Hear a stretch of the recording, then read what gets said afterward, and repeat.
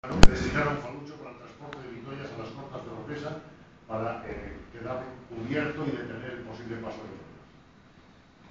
19 batallones de milicias fueron creados en septiembre de 1808, formándose 6 en la Ordenación de Peníscola, 8 en la de Morella y 5 en la de Castellón. El uniforme consistía en chaqueta y pantalón de paño pardo, con la divisa y botón que designe cada pueblo, y un sombrero estilo del país con escarapelo.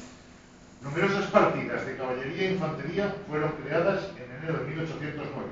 Cada una estaba formada por 50 hombres a caballo y otros tantos a pie que montaban en la grupa en caso necesario. Tenían derecho a quedarse con el botín que capturasen a los franceses.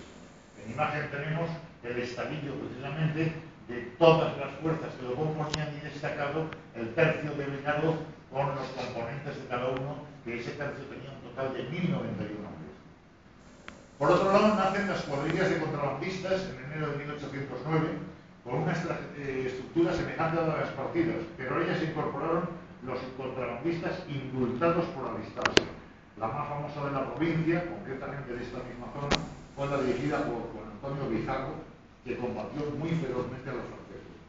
Por último, las partidas de lanceros aparecieron en diciembre de 1809, cada una contaba con 25 hombres que elegían a sus jefes, pero estos no recibían el nombramiento de tal jefatura si no lograban que todos sus componentes estuvieran armados.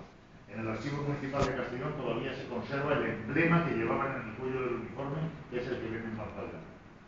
Ahora haremos un rápido repaso a las acciones más importantes desarrolladas en ese año 1808, en concreto 4 grandes movimientos de tropas sin consecuencias realmente para el territorio castellonense.